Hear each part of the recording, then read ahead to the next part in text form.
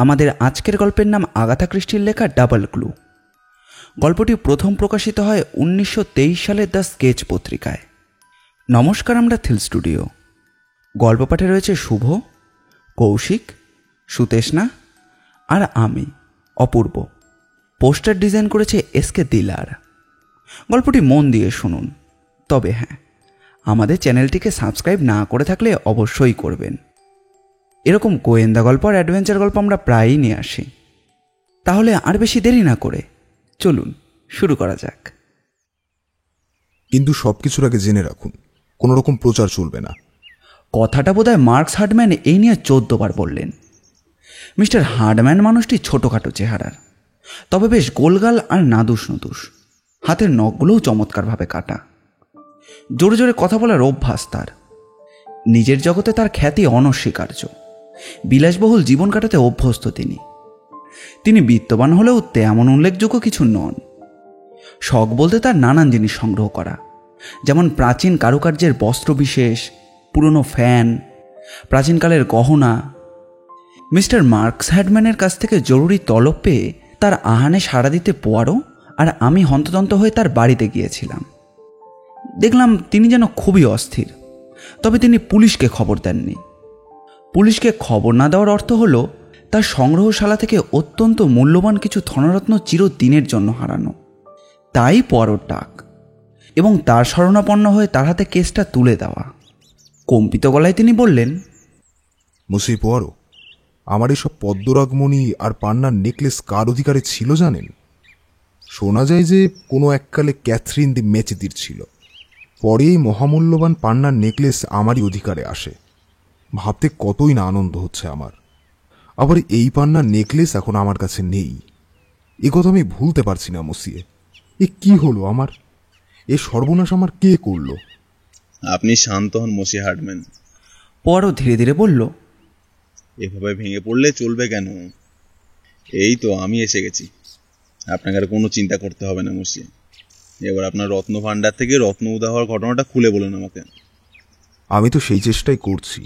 গতকাল দুপুরে আমার বাড়িতে একটা ছোটখাটো চায়ের আসর বসিয়েছিলাম। আয়োজন যৎসামান্যই, প্রয়োজন মনের তাগিদ। তাতে উপস্থিত ছিলেন জনা কয়েক অভ্যাগত।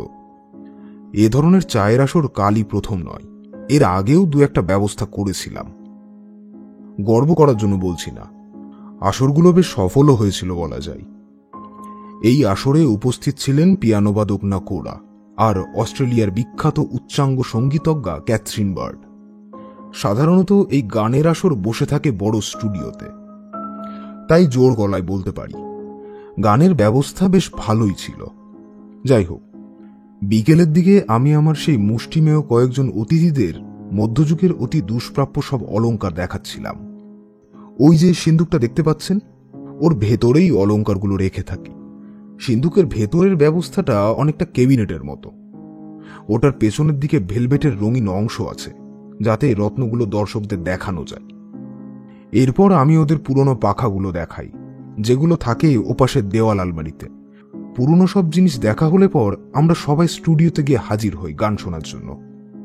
তারপর একে একে সবাই বিদায় নেওয়ার পরেই আবিষ্কার করলাম আমার সিন্দুকটা লুট হয়ে গেছে। আমার যতদূর মনে হয় তাড়াতাড়ির মাথায় সিন্দুকটা ঠিকমতো বন্ধ করতে ভুলে গেছিলাম, আর এই সুযোগেই কেউ হয়তো সিন্দুকের সব মহামূল্যবান জিনিস হাপিস করে দিয়েছে। জানেন মুসিয়ে, অন্য সব জিনিসের জন্য আমি যত দুঃখ পেয়েছি তার চেয়ে অনেক বেশি কষ্ট পেয়েছি ওই পদ্মরাগ মণিগুলো আর পান্নার নেকলেসের জন্য। এই দুটি আমার সারা জীবনের সংগ্রহ। এই সংগ্রহের পেছনের সময়, পরিশ্রম আর অর্থ যে কত খরচ হয়েছে তার হিসেব আমি এখন করতে চাই না। আমি জানি 10 গুণ টাকা দিলেও এইসব মূল্যবান সম্পদের দ্বিতীয়টি আর কখনো পাবো না। তাই আপনিই বলুন, এই হারানোর ব্যথা কতই না যন্ত্রণাদায়ক হতে পারে। তাই ওইসব মহামূল্যবান সম্পদ ফিরে পাওয়ার জন্য আমি আমার সর্বস্ব দিতে প্রস্তুত আছি। কিন্তু এর জন্য কোনো রকম লোক জানাজানি কিংবা প্রচার আমি কিছুই চাই না। মুসিয়ে পোয়ারো, আমি কি বলতে চাইছি আপনি নিশ্চয়ই সেটা উপলব্ধি করতে পারছেন। হ্যাঁ, পারছেন না? আমার সেদিনে চায়ের আসরের উপস্থিত বন্ধুদের মধ্যে থেকেই কেউ এই জঘন্য কাজটা করেছে, আমার সঙ্গে প্রতারণা করেছে, এ কথা কি ভাবা যায়? তাই আমার ধারণা জিনিসগুলো সন্ধান কার্য প্রকাশ পেয়ে গেলে কেলেঙ্কারির একশেষ হয়ে যাবে। লজ্জায় আমি তখন বন্ধুদের সামনে মুখ দেখাতে পারবো না। তাই দেখবেন কোনো মতেই যেন জানাজানি না হয়। না না, আপনি নিশ্চিন্তে থাকতে পারেন, ব্যাপারটা গোপনীয়ই থাকবে। এখন বলুন, আপনারা যখন স্টুডিওতে যান তখন সবার শেষে এই ঘর ছেড়ে কে গিয়েছিলেন? Mister Johnston. আপনি হয়তো তাকে চিনলেও চিনতে পারেন। দক্ষিণ আফ্রিকার বাসিন্দা উনি, মিলিনিয়ার। সম্প্রতি তিনি পার্কলেনের অ্যাবট বাড়িটা ভাড়া নিয়েছেন। এখন আমার মনে পড়েছে তিনি যেন এই ঘরে কিছুক্ষণ ছিলেন অন্য সবাই চলে আসার পরেও। কিন্তু ভাবতে অবাক লাগছে, ওর মতো অমন সম্ভ্রান্ত বিত্তবান মানুষের পক্ষে কি এমন একটা জঘন্য কাজ করা সম্ভব? না না। আচ্ছা, আপনার অতিথিদের মধ্যে কেউ কোনো অছিলায় বিকেলের দিকে এই ঘরে আর একবার এসেছিল বলে কি মনে হয়? দাঁড়ান, আর একজন কেউ? হ্যাঁ হ্যাঁ, এবার আমার মনে পড়েছে। আমি জানতাম মসিয়ে পড়ো, আপনার কাছ থেকে এইরকমই একটা প্রশ্ন আশা করেছিলাম। হ্যাঁ, যা বলছিলাম, একজন কেন, অতিথিদের মধ্যে কম করেও 3 জন দ্বিতীয়বার ওই ঘরে এসেছিলেন। তারা হলেন কাউন্টেস ভেরারস্কফ, মিস্টার বার্নার্ড পার্কার আর লেডি রানকার্ন। ঠিক আছে, এবার ওদের কথা বলুন। হ্যাঁ শুনুন, প্রথমেই কাউন্টেস রসকফের প্রসঙ্গে বলি। ইনি খুবই আকর্ষণীয় রুশ মহিলা, রাশিয়ার অভিজাত পুরনো বনেদি বংশের মেয়ে। সম্প্রতি তিনি এই দেশে এসেছেন। ভদ্রমহিলা অনেক আগেই চায়ের আসর থেকে আমায় বিদায় সম্ভাষণ জানিয়ে চলে এসেছিলেন। তাই যখন আবার ফিরে আবার ওকে এই ঘরের আমার সংগৃহীত পাখার ক্যাবিনেটের দিকে তন্ময় হয়ে তাকিয়ে থাকতে দেখলাম, আমি তখন খুবই আশ্চর্য হয়ে যাই। এ প্রসঙ্গে আপনি যদি আমার মতামত জানতে চান তাহলে বলি শুনুন। এই ব্যাপারটার কথা যতই আমি ভাবছি ততই একটা সন্দেহ জাগছে আমার মনে। কেন, আপনি আমার সঙ্গে একমত নন? হ্যাঁ, অত্যন্ত সন্দেহজনক। এই ব্যাপারে আলোচনা করা যাবে এখন। এবার অন্যদের কথা শুনতে চাই। ঠিক আছে, তাহলে শুনুন এবার। পার্কার এ ঘরে আবার ফিরে এসেছিল কেবল ছোট্ট একটা বাক্স নিয়ে যেতে। কিন্তু মজার ব্যাপার কি জানেন মসিয়ে, এই বাক্সটাই আমি আবার লেডি লার্নকার্নকে দেখাবার জন্য অত্যন্ত ব্যগ্র হয়ে বসেছিলাম। তাই লেডি রানকন মহিলাটি কে জানতে পারি? আমার বিশ্বাস ওর নাম আপনি শুনে থাকবেন। লেডি লার্নকার্ন মধ্যবয়স্ক একজন ভদ্র মহিলা। উনি বেশ বলিষ্ঠ চরিত্রের মহিলা ধরে নিতে পারেন। তার বেশিরভাগ সময় কাটে নানান ধরনের দাতব্য সমিতির কাজকর্মে নিজেকে জড়িয়ে রেখে। যে কাজে নিজেকে নিয়োজিত রাখতে পারলে নিজের জীবনটাকে ধন্য বলে মনে করেন। সেই তিনিই এই ঘরে আবার ফিরে এসেছিলেন তার ভুল করে ফেলে যাওয়া হাত ব্যাগের খোঁজে। সবই বুঝলাম মসিয়ে। অতএব দেখা যাচ্ছে আমরা 4 জন সম্ভাব্য সন্দেহভাজন ব্যক্তিকে পাচ্ছি। রুশ কাউন্টেস, ও ইংরেজ লেডি, দক্ষিণ আমেরিকার মিলিয়নিয়ার আর বার্নার্ড পার্কার। ভালো কথা, কে এই মিস্টার পার্কার? মিস্টার হার্ডম্যানের মুখটা কালো হয়ে উঠতে দেখে পরোর মনে হলো উনি যেন পরের প্রশ্নে বিব্রত বোধ করছেন। উনি একজন যুবক, আমার পরিচিত একজন যুবক সে। আমিও এরকম ভেবে রেখেছি। এই মিস্টার পার্কার লোকটির কি কাজ জানেন? ওই যে বললাম, বয়সে তরুণ, সম্ভবত কোনো কাজকর্ম করে না, এই ভেসে ভেসে বেড়ানো আর কি। এর বেশি কিছু আর আমি বলতে পারবো না। এমন একজন যুবক আপনার বন্ধু হয়ে উঠলো কি করে জানতে পারি? অবশ্য আপনার বলতে যদি আপত্তি না থাকে। কি জানেন, আমার হয়ে সে 2-1 কিছু কাজ করে দিয়েছে, এইরকম আর কি। দ্বিধাগ্রস্তভাবে কোনো রকমে বলে তিনি চুপ করে গেলেন। পোয়ারোর দৃষ্টি এড়ালো না। চুপ করে গেলেন কেন মসিয়ে, বলে যান। পরও তাড়া দিল। হার্ডম্যান বেশ ক্লান্ত হয়ে পরোর দিকে তাকালেন। পরও পার্কারের প্রসঙ্গ তুলে এমনিতেই তাকে বেকায়দায় ফেলে দিয়েছিল। তিনি ভেবেছিলেন যুবকটির সম্পর্কে তিনি যা বলেছেন তাতেই বোধহয় পরও সন্তুষ্ট হয়ে যাবে এবং তিনিও এর থেকে রেহাই পেয়ে যাবেন। কিন্তু আমি বেশ বুঝতে পারলাম ওর এখন চলে যাওয়ার অবস্থা একেবারেই ছিল না। তার উপর ওর কাজে বাদ সাধল পোয়ারোই। সে নীরব হয়ে কথা বলার অপেক্ষায় থাকাতেই মিস্টার হার্ডম্যান শেষ পর্যন্ত হাল ছেড়ে দিয়ে পার্কারের সম্পর্কে মুখ খুলতে বাধ্য হলেন। দেখুন মসিয়ে পোয়ারো, আমি যে প্রাচীনকালের অলংকার সংগ্রহ করতে ভালোবাসি একথা সবার জানা হয়ে গেছে। মাঝে মাঝে কারোর বা পারিবারিক স্মৃতিচিহ্নও বিক্রি করার প্রয়োজন দেখা দেয়।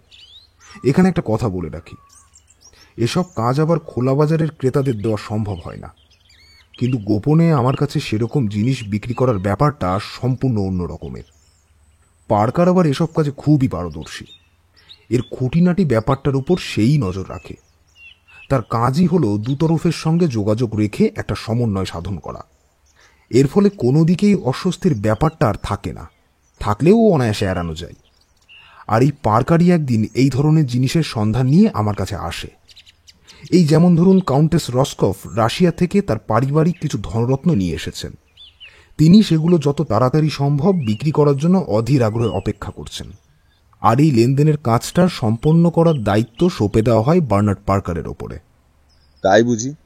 আর তার উপরে আপনার পূর্ণ আস্থা আছে? বিশ্বাস না করার মতো তো কোনো কারণ এখনো পর্যন্ত দেখতে পাইনি। মিস্টার হার্ডম্যান, এবার বলুন এই 4 জনের মধ্যে আপনি ঠিক কাকে সন্দেহ করেন? ওহো মুসিয়ে পোয়ারো, কি প্রশ্নই না করছেন আপনি। আমি তো আপনাকে আগেই বলেছি, ওরা সবাই আমার বন্ধু, তাই আমি ওদের কাউকেই সন্দেহ করি না। আর করতে যদি হয় তাহলে সবাইকেই করতে হয়, কথাটা আপনি যে কোনোভাবেই ধরতে পারেন। না, আমি আপনার সঙ্গে ঠিক একমত হতে পারলাম না। সবাই নয়, এই 4 জনের মধ্যে মাত্র একজনকে আপনি সন্দেহ করেন, তবে কাউন্টেস রসকফ নন, মিস্টার পার্কারও নন। এবার বলুন লেডি রানকর্ন নাকি মিস্টার জনস্টন? মুসিয়ে পোয়ারো, দেখছি আপনি আমাকে একেবারে কোণঠাসা করে ফেলেছেন। সত্যিই তাই, আমি একটুও বাড়িয়ে বলছি না। তবে একটা কথা আপনাকে বলে রাখি, এই ব্যাপারে কোনো রকম কেলেঙ্কারি ঘটুক সে আমি একেবারেই চাই না। লেডি রানকর্ন ইংল্যান্ডের খুবই প্রাচীন এক বংশের সন্তান। তবে একটা ব্যাপার অত্যন্ত দুর্ভাগ্যজনক হলেও খুবই সত্যি, ওর ঠাকুমা লেডি ক্যারোলিন একবার একটা খুবই দুঃখজনক ঘটনার সঙ্গে জড়িয়ে পড়েন। ঘটনাটা যৎসামান্যই, কিন্তু বেদনাটা অনেক। যাই হোক, ব্যাপারটা তার বন্ধুস্থানীয়রা উপলব্ধি করতে পেরেছিলেন বলেই তার পরিচারিকা চায়ের চামচগুলো যত তাড়াতাড়ি সম্ভব যথাস্থানে ফেরত দিয়ে এসেছিল। ওর যন্ত্রণা ছিল এখানেই। এখন আপনি আমার ভবিষ্যৎবাণী কিরকম দেখুন। তার মানে আপনার কথা থেকে বোঝা যাচ্ছে যে লেডি রানকর্নের আর একজন পিসিমা ছিলেন স্বভাব চোর নয়, উন্মাদগ্রস্ত চোর। ব্যাপারটা মনে হচ্ছে খুবই আগ্রহের। আপনি অনুমতি দিলে আপনার সিন্দুকটা একবার পরীক্ষা করে দেখতে পারি? মিস্টার হার্ডম্যান হাসি মুখে সম্মতি জানাতেই পর ঝুঁকে পড়ে সিন্দুকের পাল্লা দুটোকে খুলে ফেলল। তারপর সিন্দুকের ভেতরটা পরীক্ষা করতে উদ্যত হলো। শূন্য ভেলভেটের আস্তরণ অবাক চোখে যেন আমাদের দিকে হাঁ করে তাকিয়ে রইল। সব দেখে শুনে পরও বিড়বিড় করে বলল, সিন্দুকের পাল্লাটা দেখছি এখনো ঠিকমতো বন্ধ করা যাচ্ছে না, কোথায় যেন আটকে যাচ্ছে। পাল্লা দুটোকে বার দুয়েক নাড়াচাড়া করলো সে। আশ্চর্য, এরকম হওয়ার কারণ কি হতে পারে? বুঝেছি, ওটা কি দেখা যাচ্ছে, একটা দস্তানা না? হ্যাঁ, কবজা আটকে গেছে ওটা, তাই পাল্লাটা ঠিক মতো বন্ধ হচ্ছে না। এটা কোনো পুরুষের দস্তানা বলেই তো মনে হচ্ছে। পর দস্তানা টেনে বার করে মিস্টার হার্ডম্যানের সামনে মেলে ধরল। এটা আমারই দস্তানা না? আরো কিছু আছে বলে মনে হচ্ছে। পর হেঁট হয়ে খুব সতর্কতার সঙ্গে সিন্দুকের মেঝে থেকে একটা ছোট্ট মতো জিনিস তুলে ধরল। সেটা কালো চামড়ার একটা সিগারেট কেস। আরে, ওটা তো আমারই সিগারেট কেস। আপনার? না মশিয়া, এটা আপনার হতেই পারে না। ওগুলো আপনার নামের আদ্যক্ষর নয়। বিশ্বাস হচ্ছে না? ঠিক আছে, নিজের চোখে না হয় দেখুন না। এই বলে পর সিগারেট কেসটা তুলে ধরে তাতে মনোগ্রাম করা অঙ্কিত অক্ষরের দিকে মিস্টার হার্ডম্যানের দৃষ্টি আকর্ষণ করল। হার্ডম্যান সিগারেট কেসটা হাতে নিয়ে খুব ভালো করে উল্টোপাল্টে পরীক্ষা করতে থাকলেন। আপনি ঠিকই বলেছেন মুসিয়ে। শেষ পর্যন্ত পড়ার কথায় সাই দিয়ে মিস্টার হার্ডম্যান বললেন, এটা অনেকটাই আমার মতো, কিন্তু আদ্যাক্ষর দুটো একেবারেই অন্যরকম। একটা ইংরেজি বি আর একটা পি। হাই ঈশ্বর, এই যে দেখছি পার্কারের। হ্যাঁ, সেরকমই মনে হওয়া সম্ভব। ওকে বেশ অসতর্ক যুবকই বলা চলে। বিশেষ করে দস্তানাটা যদি তার হয় তো কথাই নেই। এই ক্ষেত্রে তাহলে ধরে নিতে হবে ডাবল ক্লু, দুটি সূত্র, তাই নয় কি? Bernard Parker. ওহ, কি স্বস্তি না পাওয়া গেল। ভালো কথা মুসিয়ে পোয়ারো, আমার রত্নালঙ্কার উদ্ধার করার জন্য সব ভারী আপনার হাতে ছেড়ে দিলাম। আপনি যদি মনে করেন পার্কারই প্রকৃত অপরাধী, তাহলে আপনি ওকে পুলিশের হাতে তুলে দিতে পারেন, আমার কোনো আপত্তি নেই। আমি আর পরও মিস্টার হার্ডম্যানের বাড়ি থেকে বেরিয়ে এসে রাস্তায় নামলাম। পরও আমাকে উদ্দেশ্য করে বলল, দেখো বন্ধু, প্রথমে হার্ডম্যানের কথাই ধরা যাক। ভদ্রলোকের কাছে উপাধিওয়ালাদের জন্য একাই না সাধারণ মানুষের জন্য একাই? আমি কিন্তু এখনো নিশ্চিত হতে পারিনি বন্ধু, তাই আমি সাধারণেরই দলে। আর এই তরুণটি সাধারণের পর্যায়ে পড়ে বলে তার জন্য আমার সহানুভূতি রয়েছে পুরোপুরি। সমস্ত ব্যাপারটা অদ্ভুত ঠেকছে, তাই না? এই যেমন ধরো মিস্টার হার্ডম্যান সন্দেহ করেছেন লেডি বার্নকর্নকে, আবার আমি সন্দেহ করেছি রুস কাউন্টেস আর মিস্টার জনস্টনকে। আর মজার ব্যাপার হলো, যাকে সব সন্দেহের বাইরে রাখা হয়েছিল সেই সাধারণ মানুষ পার্কারই হলো এখন আমাদের প্রধান অপরাধী। তা অন্য দুজনকে তুমি সন্দেহ করছিলে কেন? বুঝলে না বন্ধু, ব্যাপারটা এতই সহজ সরল যে ভেবে দেখো একবার। একজন রুশ বাস্তুহারা কিংবা দক্ষিণ আফ্রিকার মিলিয়নিয়ার, যে কেউ একজন সন্দেহজনক হতে পারে। যে কোনো মহিলাই নিজেকে রুশ কাউন্টেস বলে পরিচয় দিতে পারেন, আবার যে কেউ পার্ক লেনে বিলাসবহুল একটা বাড়ি ভাড়া করে নিজেকে দক্ষিণ আফ্রিকার মিলিয়নিয়ার বলে জানাতেও পারে। কেই বা তাদের এই পরিচয়কে চ্যালেঞ্জ করতে যাচ্ছে। মনে হচ্ছে আমরা এখন বোধহয় বাড়ি স্ট্রিট ধরে এগিয়ে চলেছি। আমাদের সম্ভাব্য অভিযুক্ত অসতর্ক বন্ধু বার্নার্ড পার্কারের বাড়ি এখানেই। চলো, তোমার ভাষায় আগের কাজ আগে করা যাক। মিস্টার পার্কার বাড়িতেই ছিলেন। সে একটা কুশনের ওপর বসেছিল। পরনে তার ভারী অদ্ভুত রক্তগোলাপি আর কমলা রঙের ড্রেসিং গাউন। এখন তার আরাম করার সময়। লোকটাকে দেখা মাত্রই আমার মেজাজটা কেমন যেন বিগড়ে গেল, ঘৃণা হলো। ভাবলাম এ লোকটা কখনোই ভালো কাজ করতেই পারে না, ভালো হতেই পারে না। কোনো অচেনা লোককে দেখে এরকম বিরূপ মনোভাব এর আগে আমার অনেকবারই হয়েছে, কিন্তু লোকটার ফ্যাকাশে সাদা মেয়েলি ধরনের মুখ আর মুখে ন্যাকা ন্যাকা কথা বলার ধরনই আমাকে তার সম্পর্কে এই বাজে ধারণা পোষণ করতে বাধ্য করল। সুপ্রভাত মসিয়ে। প্রথমেই বলে রাখি, আমি মিস্টার হার্ডম্যানের কাছ থেকে আসছি। আমি তার কাছ থেকে জেনেছি গতকাল তার দেওয়া একটি টি পার্টি অনুষ্ঠানের সময় তার অজান্তে কেউ তার সংগ্রহ থেকে বহুমূল্যবান সব রত্ন অলঙ্কার চুরি করে পালিয়েছে। মসিয়ে, আপনাকে একটা প্রশ্ন করার অনুমতি চাইছি। এই বলে পোয়ারো একটা দস্তানা তার চোখের সামনে মেলে ধরল। দেখুন তো, এই দস্তানাটা চিনতে পারেন কিনা? এটা কি আপনার বলে মনে হয়? মিস্টার পার্কারের মানসিক প্রতিক্রিয়া প্রয়োগের গতি খুব একটা দ্রুত নয় বলেই আমার মনে হলো। পোয়ারো সেই দস্তানাটি আরও কিছুটা এগিয়ে দিল। এটা আপনি পেলেন কোথায়? অবশেষে সে মুখ খুলল। সে কথায় পরে আসছি, আমি কিন্তু আমার প্রশ্নের উত্তর এখনো পাইনি মসিয়ে। আমি আবার বলছি, বলুন, এটা কি আপনার দস্তানা? না, এটা আদৌ আমার নয়। আর এই সিগারেট কেসটা, এটা কি আপনার? অবশ্যই নয়। আমি সবসময় রূপোর সিগারেট কেস সঙ্গে রাখি। সে তো খুব ভালো কথা মসিয়ে। আমি তাহলে এবার গোটা ব্যাপারটা পুলিশের হাতে তুলে দেওয়া ছাড়া বিকল্প কিছু ভাবতে পারছি না। ওহো, আমি কি বলি জানেন? আপনি কোনো পরিস্থিতিতেই ব্যাপারটা পুলিশের গোচরে আনতে চাইছেন না। তবে এটুকু বলতে পারি যে আপনার অবস্থায় পড়লে আমি কিন্তু এ কাজ করতাম না। ওদের কাছ থেকে কখনোই সহানুভূতি আশা করা যায় না। ওরা বড়ই নিষ্ঠুর। পুলিশ মাত্রই অত্যাচারী। একটু অপেক্ষা করুন, আমি এখনই মিস্টার হ্যাডম্যানের সঙ্গে দেখা করে আসতে চাই। না, দয়া করে চলে যাবেন না, কিছুক্ষণের জন্য থাকুন। কিন্তু পোয়ারো তার সমস্ত আকুত মিনতি অগ্রাহ্য করে দ্রুত বাড়ি থেকে বেরিয়ে এলো। আমরা পার্কারকে আজ সারা দিন সারা রাত ধরে চিন্তার সাগরে ডুবে রেখে এলাম। সে এখন ভাবুক, যত খুশি ভাবুক। কি বলো হেস্টিংস? মুখে একটা অদ্ভুত তৃপ্তির শব্দ করে পোয়ারো বলে উঠল, এরপর কি ঘটে আগামীকালই দেখা যাবে। কি বলো? কিন্তু আগামীকাল পর্যন্ত আর অপেক্ষা করতে হলো না।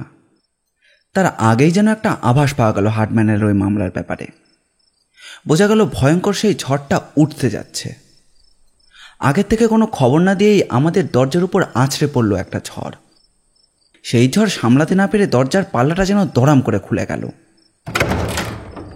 আধার ঘেরা যেই ছায়ামূর্তিটি ঘরের মধ্যে প্রবেশ করছিল সেটা একজন মহিলার, যিনি মুঠো মুঠো অন্ধকার গায়ে মেখে ঘরে ঢুকলেন। তার মাথার টুপিতে শোভা পাচ্ছিল একগাছা সামুদ্রিক ঈগল পাখির পালক। আপনি কি মসিয়ে পোয়ারো? এ আপনি কি করেছেন? আপনি বেচারা ওই দুধের শিশুটিকে অপরাধী হিসেবে চিহ্নিত করেছেন।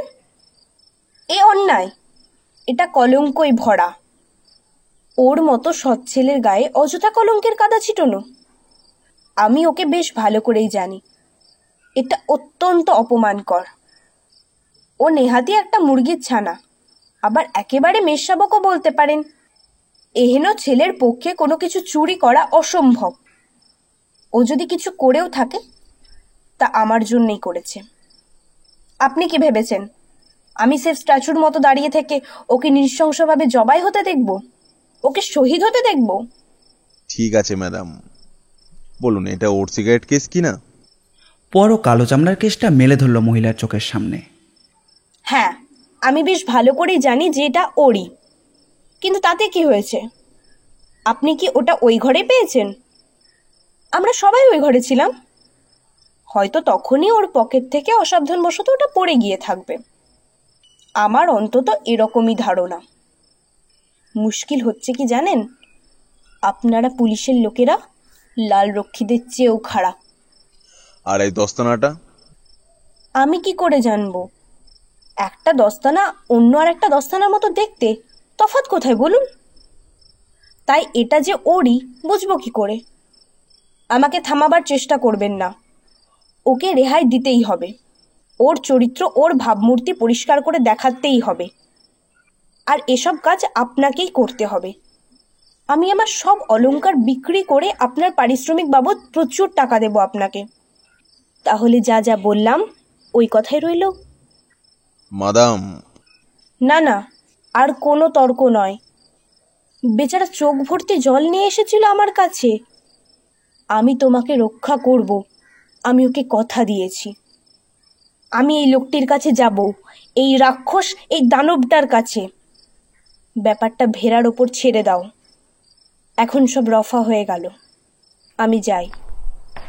যেরকম ঝড়ের বেগে ঢুকেছিলেন কাউন্টেস রসকভ, ঠিক তেমনই তিনি ঝড়ের গতিতে ঘর থেকে বেরিয়েও গেলেন এবং রেখে গেলেন দামি তীব্র প্রসাধনের গন্ধ। কী রকম মহিলা উনি? আমি বললাম। আর ওর পরনের ফাড়ের কোটটাই বা কীরকম? হ্যাঁ, ওগুলো শুধু আসল বললেই বোধহয় অনেক বলা হয়ে যাবে। কোনো নকল কাউন্টেসের পক্ষে আসল ফাড়ের কোট পরা কি সম্ভব হেস্টিংস? ভুল বোঝো না, এটা নেয়াতে একটা ঠাট্টা মাত্র। না, উনি সত্যি সত্যি একজন রুশ মহিলা বলেই মনে হয়। তাই কি বার্নার্ড মেষপালকের মতো ওর কাছে গিয়ে ব্যয় করেছে? আর তাই কি উনি ছুটে এসেছেন আমাদের কাছে? সিগারেটের কেসটা ওরই, আর আমার আশঙ্কা দস্তানাটাও ওরই হতে পারে। পরও মৃদু হেসে পকেট থেকে আরও একটা দস্তানা প্রথম দস্তানার পাশে রাখতেই দেখলাম ওটা যে একই জোড়ার তাতে কোনো সন্দেহ নেই। তা তুমি এই দ্বিতীয় দস্তানাটা পেলে কোত্থেকে? এটা বাড়ি স্ট্রিটের হল ঘরে একটা টেবিলের নিচে লাঠির মধ্যে আটকে রাখা হয়েছিল। আমাদের এই ছোকরা পার্কার যে সত্যি অসতর্ক, আর একবার তার প্রমাণ পাওয়া গেল, নিজের চোখে আমরা দেখলাম। যাই হোক বন্ধু, এখন থেকে আমাদের সব কাজেই কোনো খুঁত রাখা চলবে না। আর এই নিখুঁত কাজের অঙ্গ হিসেবে আমাদের যে কিছুক্ষণের জন্য একবার পার্ক লেনে যেতে হচ্ছে। বেশ, তো আমি যাওয়ার জন্য এক পায়ে খাড়া, হুকুম করো। আচ্ছা, উনি তো দামি পাথর সম্পর্কে খুবই আগ্রহী, তাই না? আমার তো মনে হয় সোনার খনিতেই ওর আগ্রহ বেশি। ওটা যে একই জোড়ার তাতে আর কোনো সন্দেহ নেই। জিজ্ঞাসাবাদের পর পরা যখন বাড়ি স্ট্রিটের জনস্টনের আস্তানা থেকে বেরিয়ে এলো, তখন তাকে যেন খুবই চিন্তিত দেখাচ্ছিল। সেদিন সন্ধ্যায় পরর গতিবিধি দেখে একটু অবাক না হয়ে থাকতে পারলাম না। দেখলাম ও অত্যন্ত মনোযোগ সহকারে রুশ ভাষায় একটা ব্যাকরণ পড়ে যাচ্ছে। হাই স্যার, এ তুমি কি করলে পরো? আমি অবাক চোখে ওর দিকে তাকিয়ে বললাম, কাউন্টেসের সঙ্গে তার নিজের ভাষায় কথা বলছো বলেই তুমি কি এখন রুশ ভাষাটা শিখতে শুরু করেছো?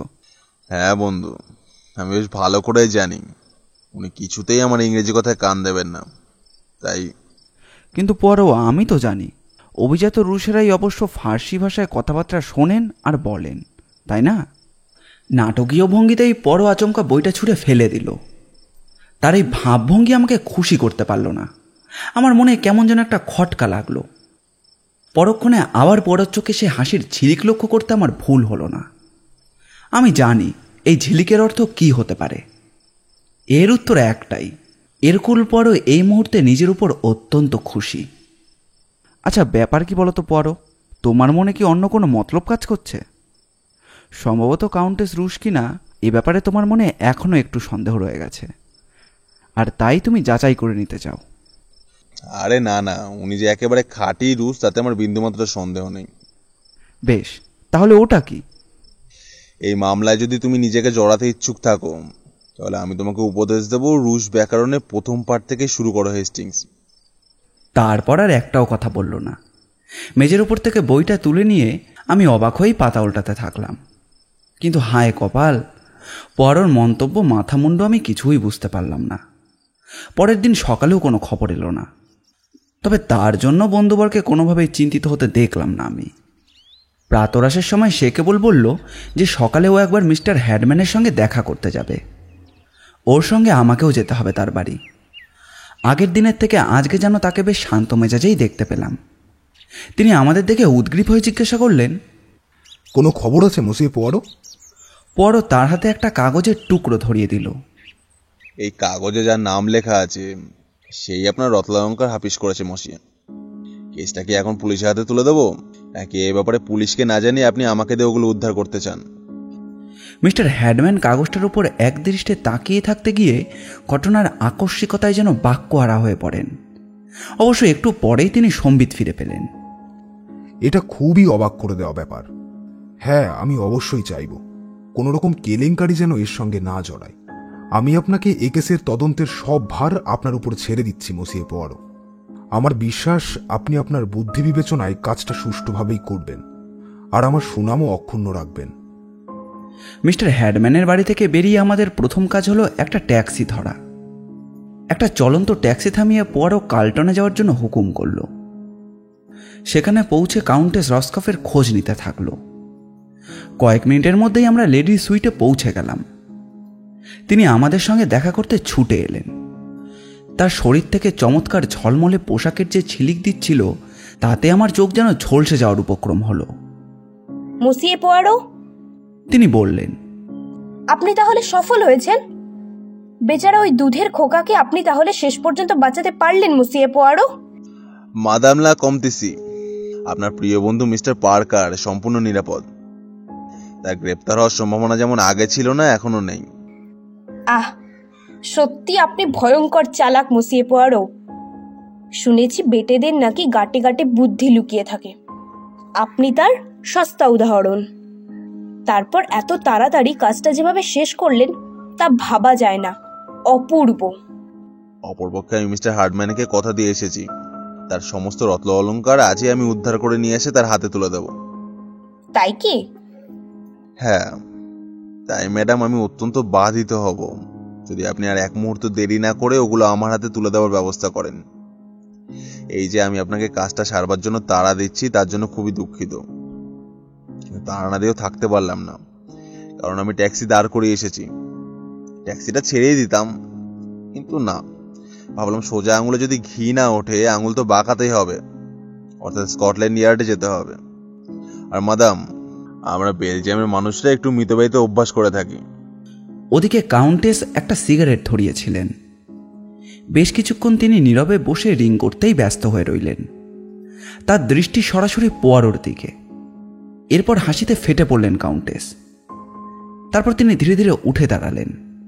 গুটি গুটি পায়ে একটা দেওয়াল আলমারির সামনে গিয়ে একটা ড্রয়ার টেনে তার ভেতর থেকে একটা কালো সিল্কের ব্যাগ হাতে তুলে নিলেন। তিনি সেটা আলতো করে পোয়ারোর দিকে ছুঁড়েও দিলেন। উঠে দাঁড়ালো পোয়ারো।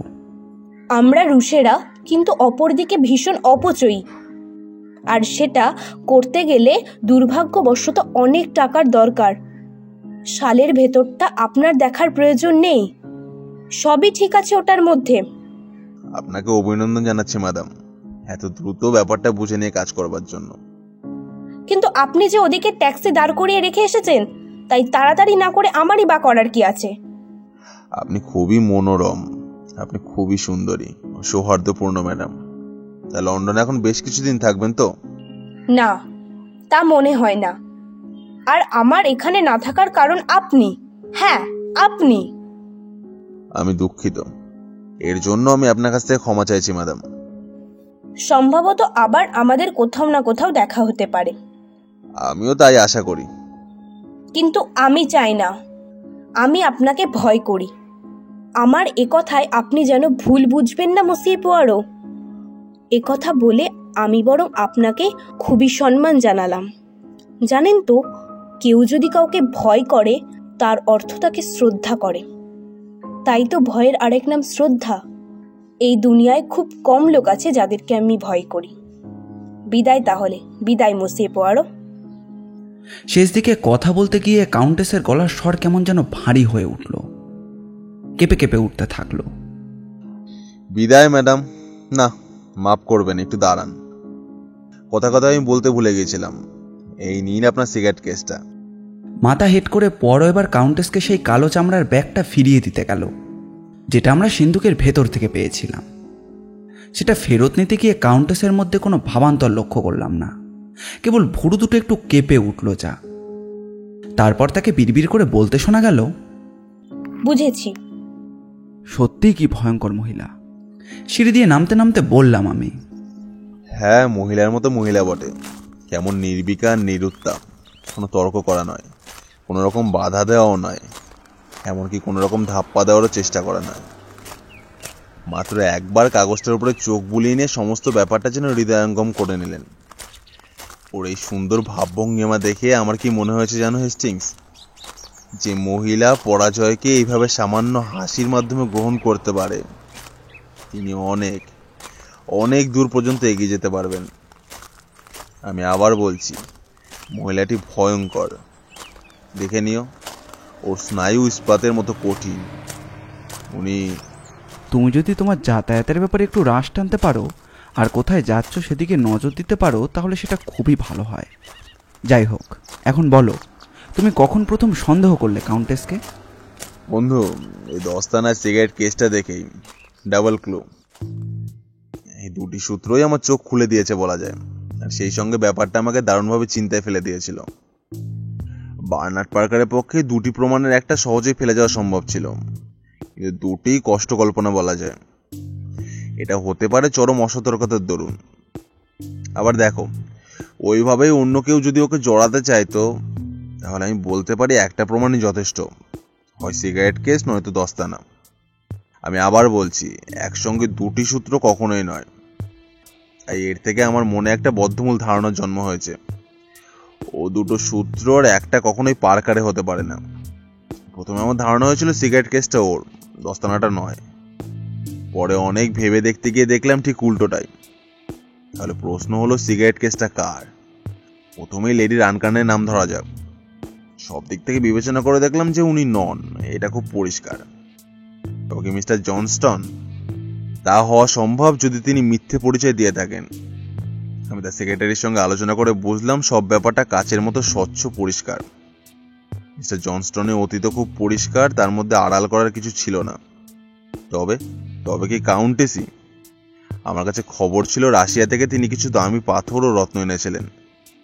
সেক্ষেত্রে ধরে নেওয়া যেতে পারে দরকার ছিল শুধু অন্য পাথরগুলো সেট থেকে খুলে মিশিয়ে ফেলা। এর ফলে সেগুলো শনাক্ত করা খুবই কষ্টকর হয়ে পড়ত।